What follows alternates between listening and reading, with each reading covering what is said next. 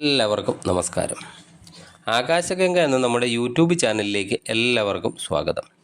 2024 ഫെബ്രുവരി മാസം അവിട്ടത്തിൻ്റെ അവസാനത്തെ പകുതി, ചതയം, പൂരുരുട്ടാതി ആദ്യത്തെ 1/4 ഭാഗം വരുന്ന കുംഭക്കൂറുകാർക്ക് എങ്ങനെയുണ്ട് എന്ന് നോക്കാം.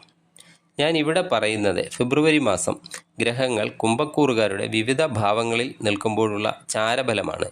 ഇത് പൊതുവായി വരുന്ന ഫലനിർണ്ണയമാണ്, അല്ലാതെ ഓരോ വ്യക്തികളുടെയും ജാതക വിവരണമല്ല. ഓരോ വ്യക്തികൾക്കും ഗ്രഹനില അനുസരിച്ചുള്ള ദശാകാലം കൊണ്ടാണ് ജീവിത പുരോഗതി വ്യക്തമാകുന്നത്. അതിനാൽ ജാതകം പരിശോധിച്ച് ഗ്രഹനിലയിൽ ദോഷസ്ഥാനത്ത് നിൽക്കുന്ന ഗ്രഹത്തിൻ്റെ ദശാപഹാര കാലമാണ് ഇപ്പോൾ നിങ്ങൾക്ക് നടക്കുന്നതെങ്കിൽ അതിനുവേണ്ടിയുള്ള പരിഹാരം ചെയ്യുന്നത് നല്ലതാണ്. ദശാകാലം ഗുണകരവും മാസഫലം മോശവുമാണെങ്കിൽ സമ്മിശ്ര ഫലമായിരിക്കും ജീവിതത്തിൽ നിങ്ങൾക്ക് അനുഭവപ്പെടുക. കുംഭക്കൂറുകാർക്ക് കർമ്മരംഗത്ത് ഊർജ്ജസ്വലത വർദ്ധിക്കും. അതുപോലെ ബുദ്ധിപരമായ പ്രവർത്തനങ്ങളൊക്കെ കർമ്മരംഗത്ത് നടപ്പിലാക്കാൻ സാധിക്കുന്നതുമാണ്. എന്നാൽ സാഹചര്യങ്ങൾ മൂലം കൂടെ ജോലി ചെയ്യുന്നവരുമായോ അല്ലെങ്കിൽ ജോലി സ്ഥലത്തോ ഒക്കെ അല്പം പ്രശ്നങ്ങൾ ഉണ്ടാകാൻ സാധ്യതയും ഉണ്ട്. ചില അബദ്ധങ്ങളിലൊക്കെ ചെന്ന് ചാടി മേലുദ്യോഗസ്ഥരുടെ വിമർശനങ്ങൾക്കും ഒക്കെ വിധേയനാകാൻ ഇടയും ഉണ്ട്. സ്വന്തം ചുമതലകൾ മറ്റുള്ളവരെ ഒരു കാരണവശാലും ഏൽപ്പിക്കരുത്. തൊഴിൽ സ്ഥലത്തുള്ള വാക്കും പ്രവൃത്തിയും അല്പം നിയന്ത്രിക്കേണ്ടതുമാണ്.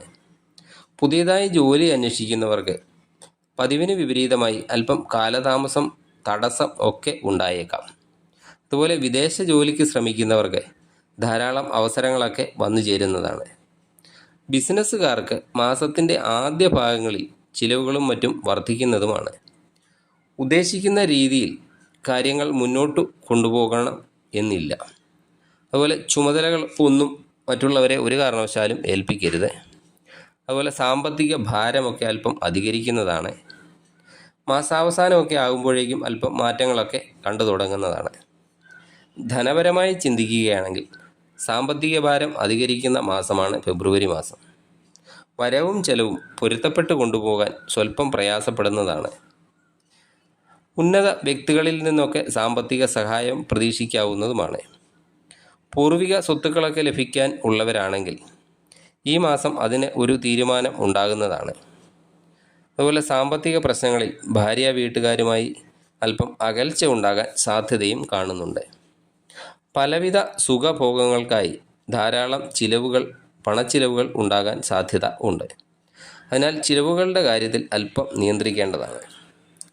വിദ്യാർത്ഥികൾക്ക് പഠന കാര്യങ്ങളിൽ കൂടുതൽ ശ്രദ്ധ കൊടുക്കേണ്ട സമയമാണ്. അവരുടെ പഠന ചിലവുകളും മറ്റും കൂടുന്നതാണ്. മാസത്തിൻ്റെ ആദ്യ ഭാഗത്താണ് കൂടുതൽ ശ്രദ്ധ കൊടുക്കേണ്ടത്. വിദേശ പഠനത്തിനും ഉപരിപഠനത്തിനും ശ്രമിക്കുന്നവർക്ക് അനുകൂലമായ സമയം തന്നെയാണ്. അതുപോലെ വിവാഹം ആലോചിക്കുന്നവർക്കും അനുകൂല സമയമാണ്. അനാവശ്യമായ കൂട്ടുകെട്ടുകളൊക്കെ ഒഴിവാക്കേണ്ട സമയം കൂടിയാണ്. ഏറ്റവും അധികം വിശ്വസിക്കുന്നവർ വഞ്ചിക്കപ്പെടാനും സാധ്യതയുണ്ട്.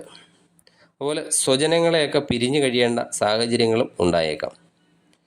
ബന്ധുമിത്രാദികളുടെ നിസ്സഹകരണമൊക്കെ ചെറിയ മനോദുഃഖത്തിനൊക്കെ ഇടവരുത്തുന്നതാണ്. വ്യക്തിബന്ധങ്ങളൊക്കെ നിലനിർത്താൻ വേണ്ടി ചില വിട്ടുവീഴ്ചകളൊക്കെ ചെയ്യേണ്ടി വരുന്നതുമാണ്. കുടുംബ ബന്ധങ്ങളുടെയൊക്കെ മറവിൽ പലരും നമ്മളെ ചൂഷണം ചെയ്യുന്നതും ആണ്. അതുപോലെ ദമ്പതികളും ശ്രദ്ധിക്കേണ്ട സമയമാണ്. പലവിധ വാക്കുതർക്കങ്ങളെ, പിണക്കങ്ങളെ ഒക്കെ ഉണ്ടാകാം. അത് ഒഴിവാക്കുന്നതിന് വേണ്ടി വാക്കും പ്രവൃത്തിയുമൊക്കെ നിയന്ത്രിക്കേണ്ടതാണ്. ആരോഗ്യപരമായി നിലവിലുള്ള പ്രശ്നങ്ങൾക്കൊക്കെ അല്പം ആശ്വാസം ലഭിക്കുന്നതാണ്. എന്നാലും മാനസികവും ശാരീരികവുമായ ബുദ്ധിമുട്ടുകൾ അനുഭവപ്പെടുന്നതാണ്. നേത്ര സംബന്ധമായ എന്തെങ്കിലുമൊക്കെ പ്രശ്നങ്ങൾക്കും സാധ്യത കാണുന്നുണ്ട്. ദൈവാധീനത്തിനായി ശനിയാഴ്ചകളിൽ ശനീശ്വരന് നീരാഞ്ജനം വഴിപാട് കഴിക്കുക. അതുപോലെ ശ്രീകൃഷ്ണ ഭഗവാന് തുളസിമാല സമർപ്പിക്കുക. ദേവിക്ക് ചുവന്ന ചെമ്പരത്തിമാല സമർപ്പിക്കുക. നിങ്ങൾക്ക് എല്ലാ രീതിയിലും അനുകൂലമായ ഒരു മാസമായി തീരട്ടെ ഫെബ്രുവരി മാസം എന്ന് ആശംസിക്കുന്നു.